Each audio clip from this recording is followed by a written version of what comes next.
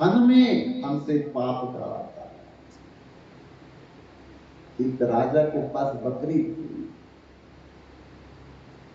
लेकिन राजा परेशान, इसलिए वो बकरी का कभी पेट नहीं करता। है तो छोटी, लेकिन पेट नहीं भर सकता, राजा पेट नहीं भर सकता। तब एक दिन राजा ने मंत्री से ढंढोरी पिटवाई, अपने नगर में कोई व्यक्ति जो मेरी बकरी का पेट भरेगा उसे मैं अपना महामंत्री बनाऊंगा। हजारों एप्लीकेशन आ गई, हम भरेंगे, हम भरेंगे, क्योंकि बकरी तो छोटी सी तो है, हाथी तो है नहीं जिसका पेट भरना मुश्किल है। और राजा ने जब देखे प्रार्थना पत्र तो हजारों, तब एक एक निकाल करके राजा ने बुलाना शुरू किया। सबसे पहले एक वृद्ध व्यक्ति आया, उसने कहा राजा मैं आपकी बकरी का पेट भरूंगा। ठीक है, लेकिन याद रहे अगर पेट नहीं भर पाए तो जेल में बंद रहना पड़ेगा। अगर पेट भर दिया तो महामंत्री नियुक्त किया जाएगा। वो बकरी की गले की रस्सी पकड़ करके घर में चला गया और घर जाकर के दिन भर घास खिलाता रहा बकरी को। देख लिया कि ठीक हो गया, राजा के पास रस्सी पकड़ के चला आया और आकर के कहा कि राजन आपकी बकरी का पेट भर गया। राजा कहता कैसे मुझे पता चला कि भर गया? तो वृद्ध व्यक्ति ने बोला कि अब परीक्षा ले लो। राजा ने भरे दरबार में बकरी को खुला छोड़ दिया और हाथ में हरी हरी घास लेकर के सिंहासन पर बैठा। बकरी दौड़ करके राजा के पास गई और घास खाने लगी। राजा ने कहा उस वृद्ध व्यक्ति से अगर मेरी बकरी का पेट भरा है तो ये तो घास को खा रही है। तब उसको जेल में बंद कर दिया। एक 50-55 साल का व्यक्ति आया, कहा राजा ने एक तो मूर्ख है व्यक्ति, एक बकरी का पेट नहीं भर सका, मेरे को मौका दिया जाए। राजा ने उसे बकरी की रस्सी पकड़ा दी हाथ में, वो खेत में चला गया। सारा दिन बकरी के साथ खेत में उसे चलाता रहा। जब लगा कि अब बकरी का पेट भर गया, राजा के पास चला आया, आकर के बोलता राजन देख लो, परीक्षा लेकर के कि आपकी बकरी का पेट भरा या नहीं भरा। राजा ने भरे दरबार में हरी हरी घास दिखाई तो बकरी दौड़ करके खा लिया। राजा कहता अगर इसका पेट भरा है तो ये दौड़ करके घास खाने क्यों आई? करो इसको जेल में बंद। उसके बाद 40-45 साल का एक आदमी आया, बोले राजन पहले वाला मूर्ख ये महामूर्ख, मेरे को अवसर दिया जाए, मैं आपकी बकरी का पेट भरूंगा। जंगल में ले गया और सारा दिन जंगल में छोड़ दिया। सारा दिन बकरी चरती रही। जब उसे लगा कि अब तो इसका पेट भर गया है तो दरबार में ले जा करके राजा से कहा कि राजन अपनी बकरी का टेस्ट ले लीजिए। राजा ने बड़े दरबार में घास पकड़ी और बकरी घास खाने लगी। बोला इसको भी बंद कर दो। हजारों लोग बकरी को ले जाते हैं, घास खिलाते हैं, लेकिन राजा के आगे फेल हो जाते। राजा फिर बड़ा निराश। तब बंधु एक नौजवान लड़का जिसकी उम्र लगभग 20 वर्ष की थी, लेकिन वो सत्संग में जाया करता था, गुरुमुख भाव, मनमुख नहीं। उसने राजा से विनती की कि राजन, सभी को मौका दिया, मुझे भी मौका दिया जाए। राजा ने कहा उस जेल में जाकर के देख लो कितने आदमी जेल में बंद हैं। सबने यही कहा था कि मुझे मौका दे दो, मुझे मौका दे दो, आपको भी मौका दे देंगे, पर जेल की रोटी खानी पड़ेगी आपको। कहते महाराज अगर असफल रहा तो आप जेल में बंद कर दीजिए बोले। तब बकरी लेकर के वो ना तो घर गया, ना खेत में गया, ना जंगल में गया, अपने गुरु जी के पास गया। अज्ञान का बंदा मन रहे, गुरु बिना ज्ञान ना होए। बंधुओं,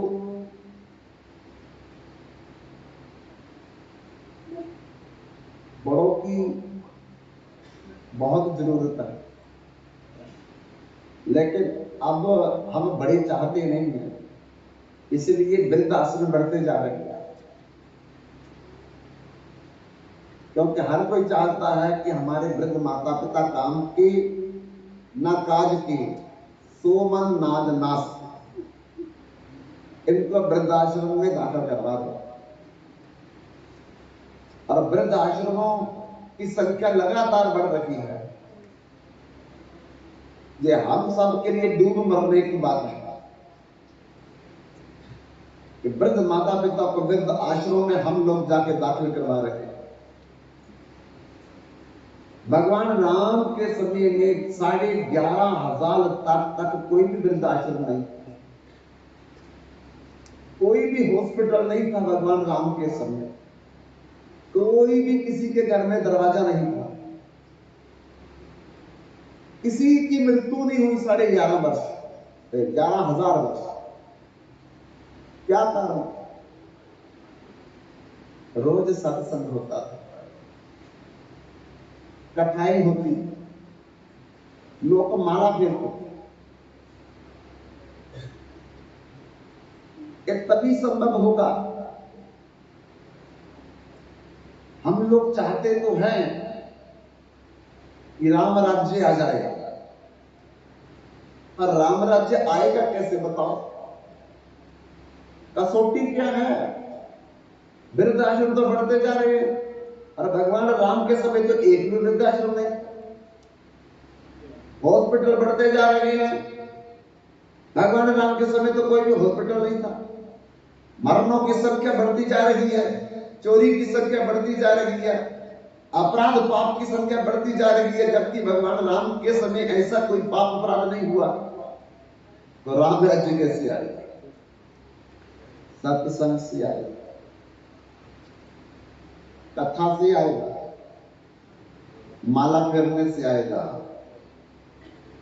हम लोग माला नहीं फेरना चाहते, सत्संग में आना नहीं चाहते, कथा में बैठना नहीं चाहते, और कहते राम राज्य आ जाए। कैसे संभव होगा? इसलिए बंधुओं को अपने गुरु जी के पास गया, और गुरु जी ने कहा बेटा इस बकरी को जंगल में ले जा करके भर पेट खिलाओ करना। जब तुम्हें लगे कि बकरी का पेट भर गया है, तब तुम मेरे पास लाना इसको। पहले राजा के पास मत ले जाना। पहले वाले आदमी राजा के पास सीधे चले गए, क्योंकि मनमुख थे। वो नौजवान लड़का बकरी को जंगल में ले गया और ले जा करके भर पेट उसे खिलाया। जब लगा कि अब इसका पेट भर गया, तो गुरु जी के पास आया। गुरु जी को बोलने लगा कि गुरु जी मेरे हिसाब से तो इसका पेट भर गया। गुरु जी कहते तो टेस्ट कर लेते हैं। हरी हरी घास गुरु जी ने ली अपने हाथ में, तो बकरी खाने लगी। गुरु जी बोलते बेटा अगर इसका पेट भर गया है तो ये हरी हरी घास फिर खा रही है। कहते गुरु जी क्या करे, बाकी वाले भी इसीलिए बेचारे जेल में बंद है। गुरु जी ने कहा कि देखो बेटा इसका पेट भर गया, नो प्रॉब्लम, इसमें कोई भी दो राय नहीं है कि इसका पेट नहीं भरा, लेकिन इसका मन नहीं भरा, मन नहीं भरा, पेट भर गया। तो कहते कैसे फिर इसका मन भरे? बोले कि बांस का डंडा लो। गुरु जी ने एक हाथ में डंडा, एक हाथ में घास रखी। जब घास को बकरी खाने लगी तो जोर से इधर डंडा मारा, बकरी की तो चक्कर आ गया। फिर दूसरे हाथ में घास पकड़ी तो बकरी खाने लगी तो दूसरी तरफ डंडा मारा, बकरी थोड़ी डर गई। फिर दूसरे हाथ में घास पकड़ा तो दूसरे हाथ में डंडा मारा। ऐसे बार बार गुरु जी घास आगे करे बकरी के और फिर डंडा मार दे एक तरफ, फिर घास आगे करे, फिर डंडा मार दे। एक वक्त ऐसा आया कि बकरी घास को देख करके रस्सी तोड़ा करके दौड़ने लगी। गुरु जी कहते बेटा अब ले जा राजा के पास। अब इसका पेट भर गया। नौजवान लड़का राजा के पास जा करके बोलने लगा कि राजा अब आपकी बकरी का पेट भर गया है, आप टेस्ट कर सकते हैं। राजा ने कहा बड़े बड़े पहले वाले भी यही बोलते थे, लेकिन जेल की रोटियां खा रहे हैं, अभी आपका भी पता चल जाएगा। बड़े दरबार में बकरी को खुला छोड़ करके राजा घास लेकर के बकरी के आगे जाए, बकरी रस्सा तोड़ करके पीछे चला। राजा आगे जाए घास लेकर के, बकरी पीछे को दौड़े। क्यों? क्योंकि बकरी को यही डर था कि डंडा लगेगा, डंडा लगेगा, डंडा लगेगा, डंडा लगेगा। अब तो उसको घास नजर ही नहीं आ रहा, डंडे में घास भी डंडा नजर आ रहा। ऐसी जिस दिन हमारे मन रूपी इस जिन को सत्संग रूपी ज्ञान का डंडा लगता रहेगा और एक दिन ये अपने आप ही संसार के विषयों से पीछे हटना लगेगा। ऐसे भोगने से कभी नहीं ये पीछे हटेगा। भोगेंगे फिर और मन करेगा, और मन करेगा, और मन करेगा, ये भी चाहिए, ये भी चाहिए, ये भी चाहिए, ये भी चाहिए, ये कभी हटेगा नहीं। क्योंकि मन मारे मरता नहीं, कि जो कोट उपाय, कि जो कोट उपाय नहीं कोई मन को जाने। हाड मांस चाम मज्जा मेदा रक्त ना कुछ रूप न रेखा। पलटू कहे सुनो भाई साधो, क्या किस मन को देखा? जब मन को हमने देखा ही नहीं कि हड्डी का है, चमड़े का है, मैदे का है, मज्जा का है, फिर कैसे इसको बस में करें? इसको बस में करने का एक ही तरीका है, सत्संग रूपी ज्ञान का डंडा जब बार बार इस मन को लगेगा तो एक बकरी की तरह डर जाएगा,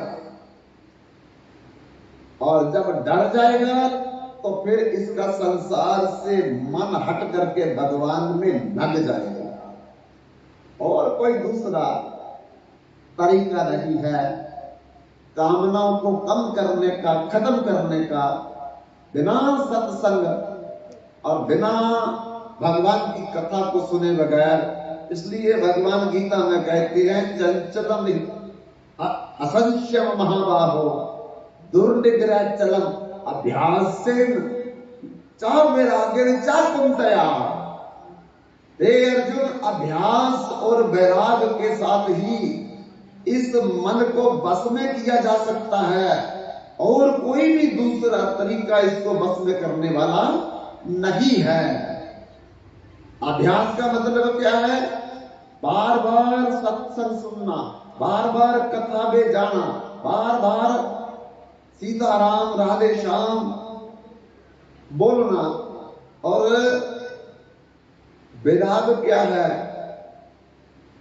कि मैं शरीर नहीं हूं, मैं शरीर नहीं हूं, मैं शरीर नहीं हूं, मैं आत्मा हूं, मैं आत्मा हूं, मैं आत्मा हूं, मैं परमात्मा हूं, परमात्मा मेरे, शरीर मैं नहीं, शरीर संसार का, संसार शरीर का।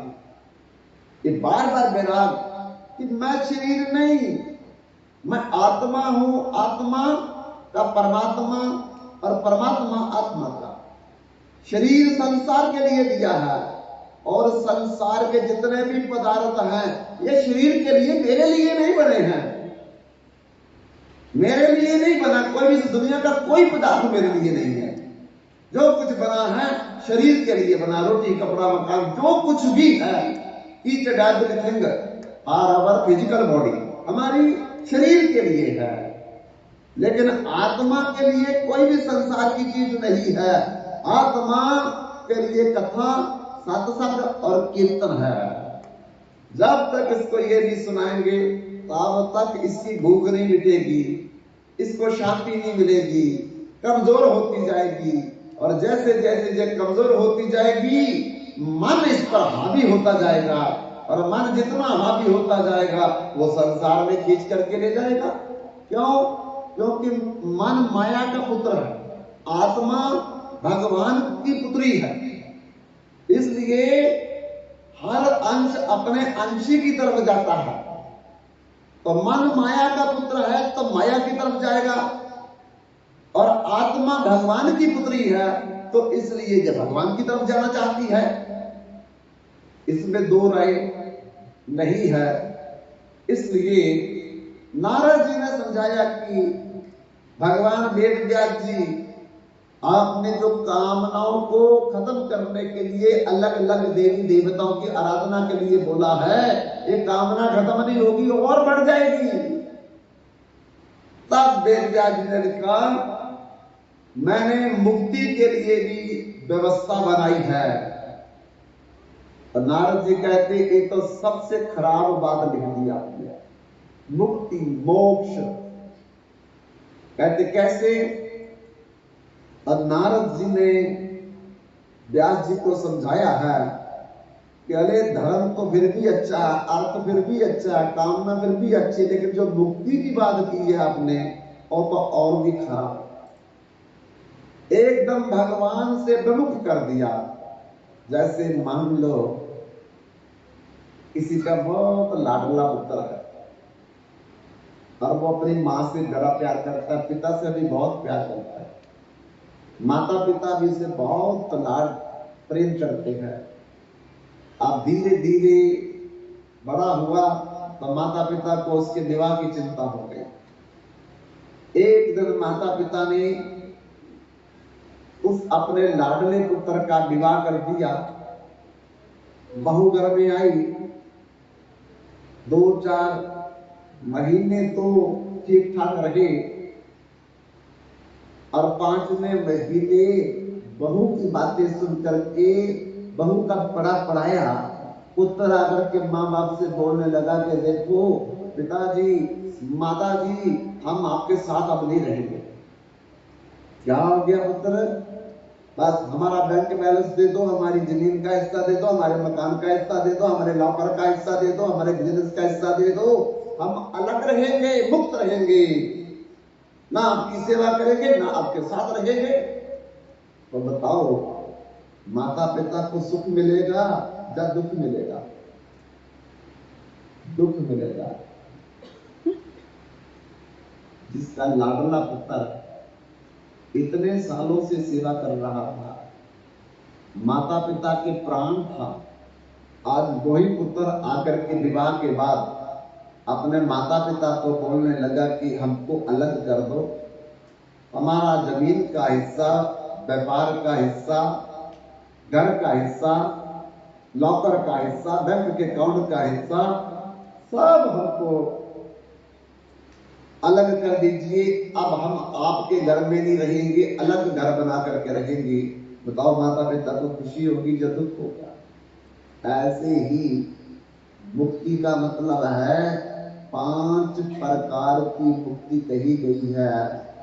सजुज्य, समित्य, सारूप्य, शालोक्य, सारसी।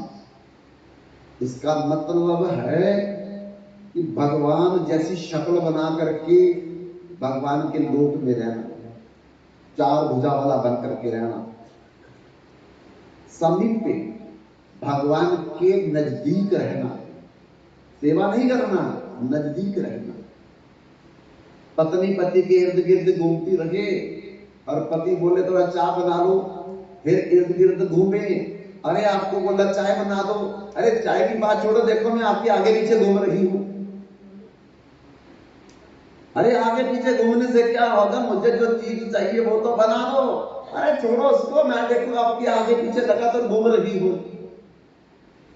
तो समीप का मतलब है कि भगवान के इर्द गिर्द रहना, नजदीक रहना, पर हाथ से सेवा नहीं करनी भगवान। सालोक के भगवान के लोक को प्राप्त करना, भगवान के लोक में रहना, पर भगवान की सेवा नहीं करनी है। स्वरूप पे भगवान जैसा चतुर्भुज रूप प्राप्त कर लेना, लेकिन भगवान की सेवा ये सोचना कि मैं भी भगवान बन गया। सजुज्य, सजुज्य का मतलब होता है कि भगवान में विलीन हो जाना। जैसे आप एक गिलास पानी का लेकर के समुद्र में डाल दो, अब वो गिलास का पानी जो है वो समुद्र के जल में गिर गया। ऐसे ही भगवान में विलीन हो जाना, ज्योति में ज्योत समा जाना, ये सबसे खतरनाक मुक्ति बोली है। इसमें तो हमेशा अस्तित्व ही खत्म हो गया, अब कोई दोबारा मौका नहीं मिलेगा उसको कभी बाहर निकलने का। सारसी, सारसी का मतलब है कि जितना भगवान का ऐश्वर्य है, ऐसा ऐश्वर्य लेकर के अपना अलग लोक बना लेना, अलग घर बना लेना, भगवान जैसा ऐश्वर्य लेकर के। तो इस प्रकार से नारद जी ने कहा ये सजुज्य मुक्ति, समीप मुक्ति, स्वरूप मुक्ति, सलोक मुक्ति, शास्त्री मुक्ति, ये तो और भी खतरनाक है व्यास जी, ये तो भगवान को चैलेंज करने वाली है।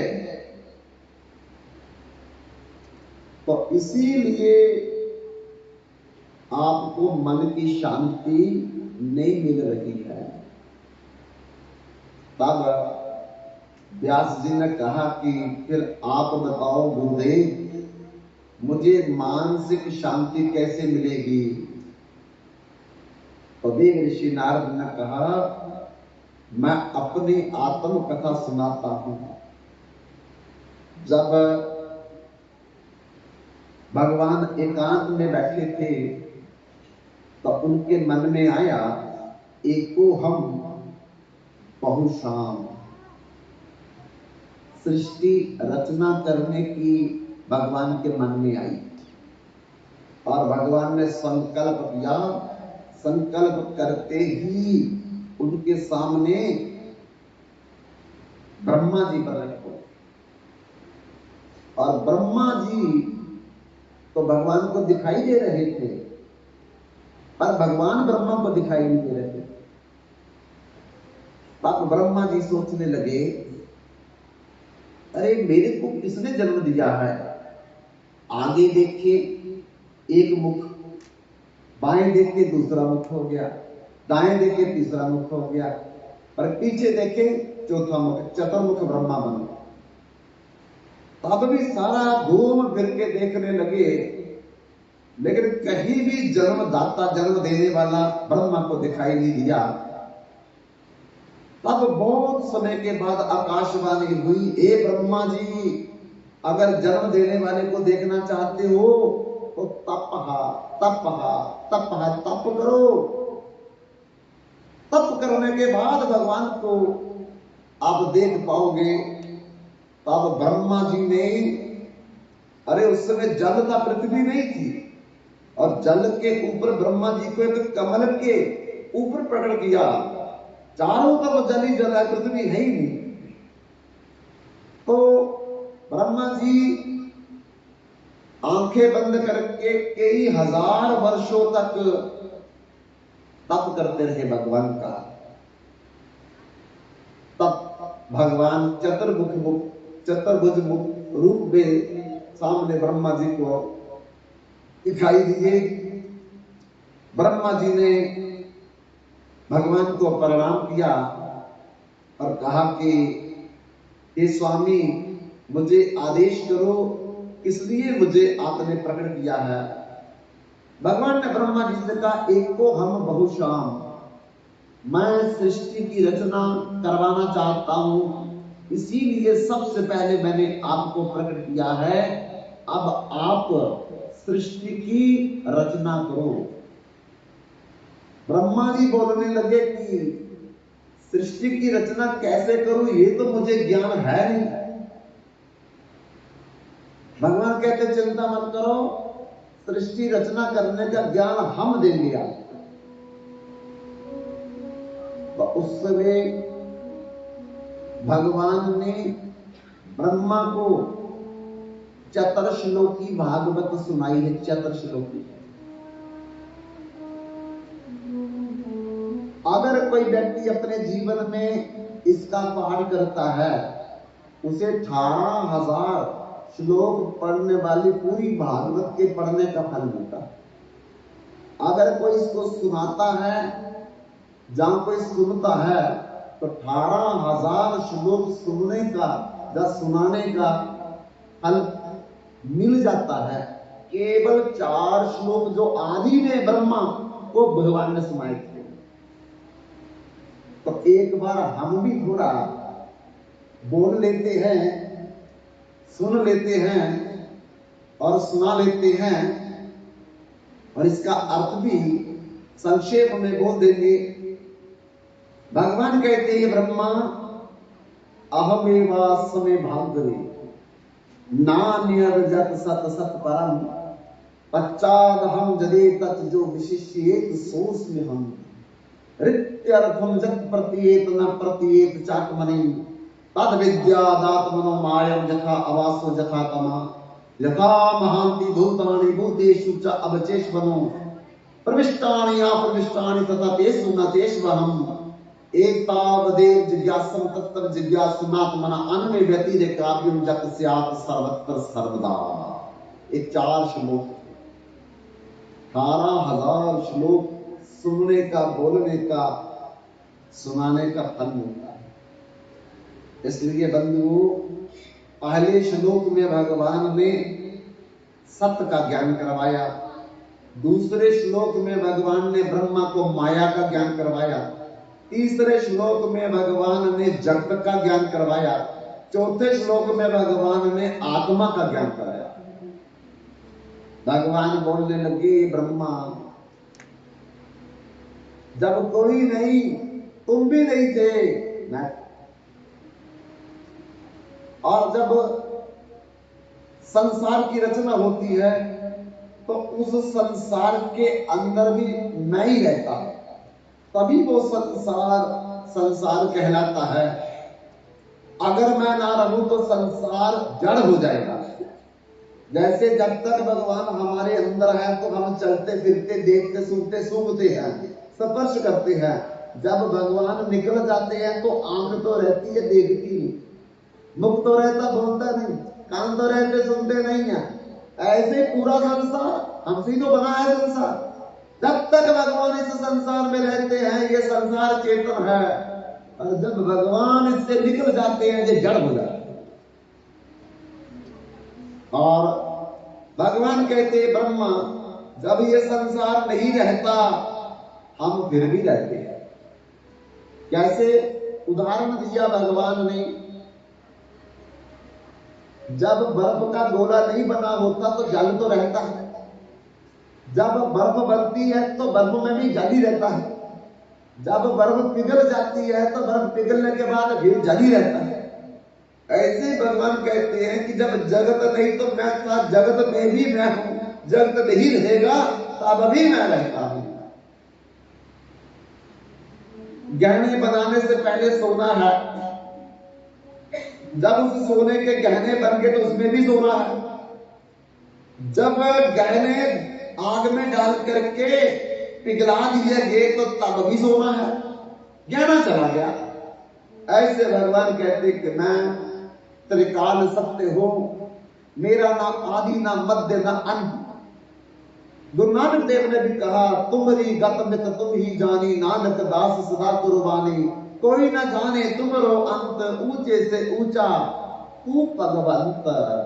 तेरे से ऊपर कोई नहीं भगवान। इसलिए ब्रह्मा को पहले श्लोक में ये बोला, दूसरे श्लोक में भगवान ने कहा, देवी हिया सकुंद मम माया दुरत्या, मामयी ये प्रवदंते माया बेताम तरंती ते। हरि माया कृत दोष गुण, बिना हरि भजन न जाही, बजही राम तज काम सब अस विचार मन माही। भगवान की माया ने भगवान को छिपा दिया, जगत को दिखा दिया। लेकिन जैसे जैसे हम भजन करेंगे, जगत छिप जाएगा, भगवान दिख जाएगा। ये भजन से हो जाएगा। इस संसार नित्य नहीं है, सुख में भी नहीं है, लेकिन भगवान नित्य है, सुख में है।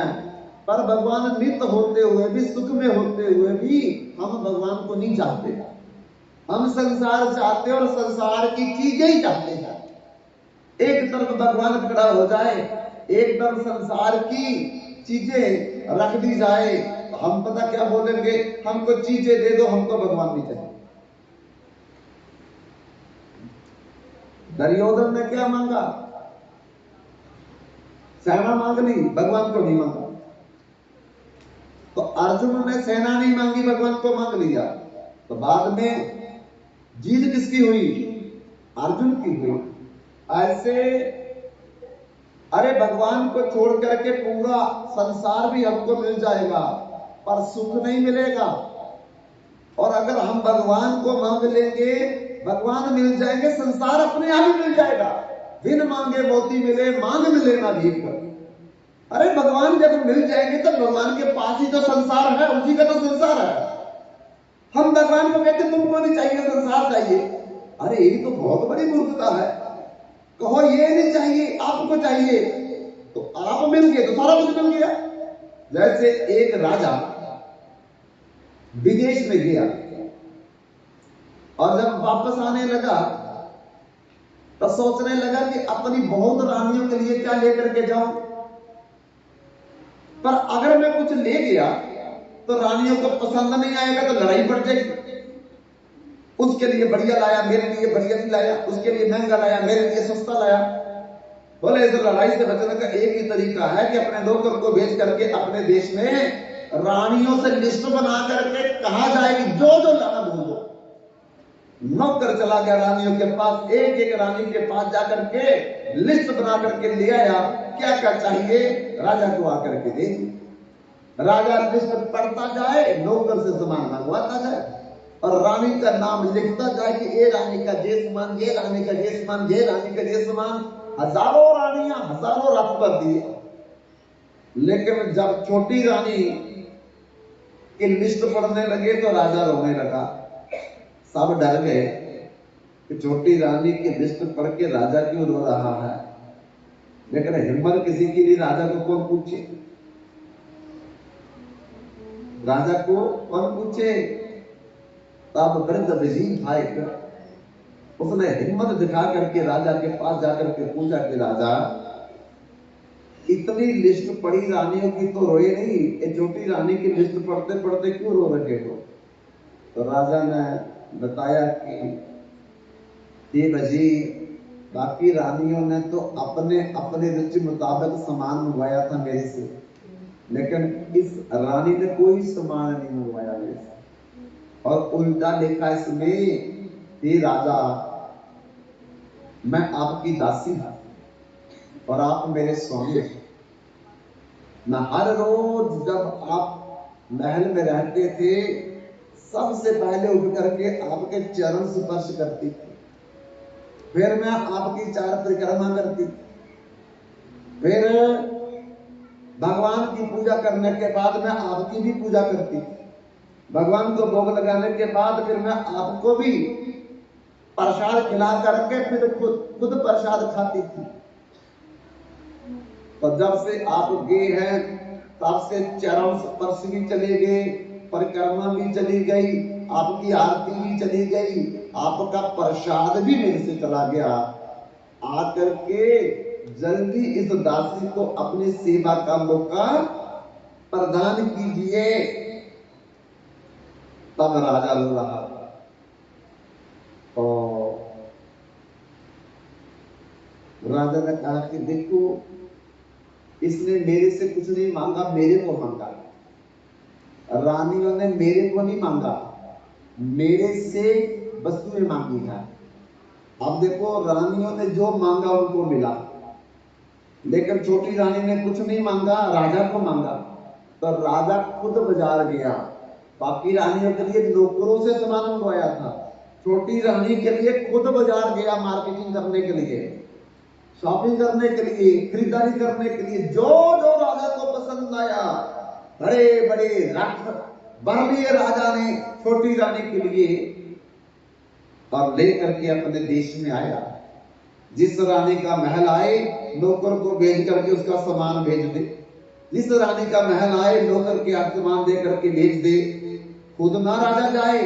लेकिन जब छोटी रानी का महल आया तो राजा भी महल में रानी के पास गया, जितना सामान था रथों में वो भी रानी के दरबार में चला गया, और उसके बाद बाकी रानियों के पास जाना बंद कर दिया।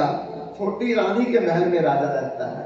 सारी रानियां दुखी होकर के एक दिन राजा के पास आई, स्वामी हमसे कोई गलती हो गई, आप तो खबर लेने भी नहीं, अब हमारे पास आते।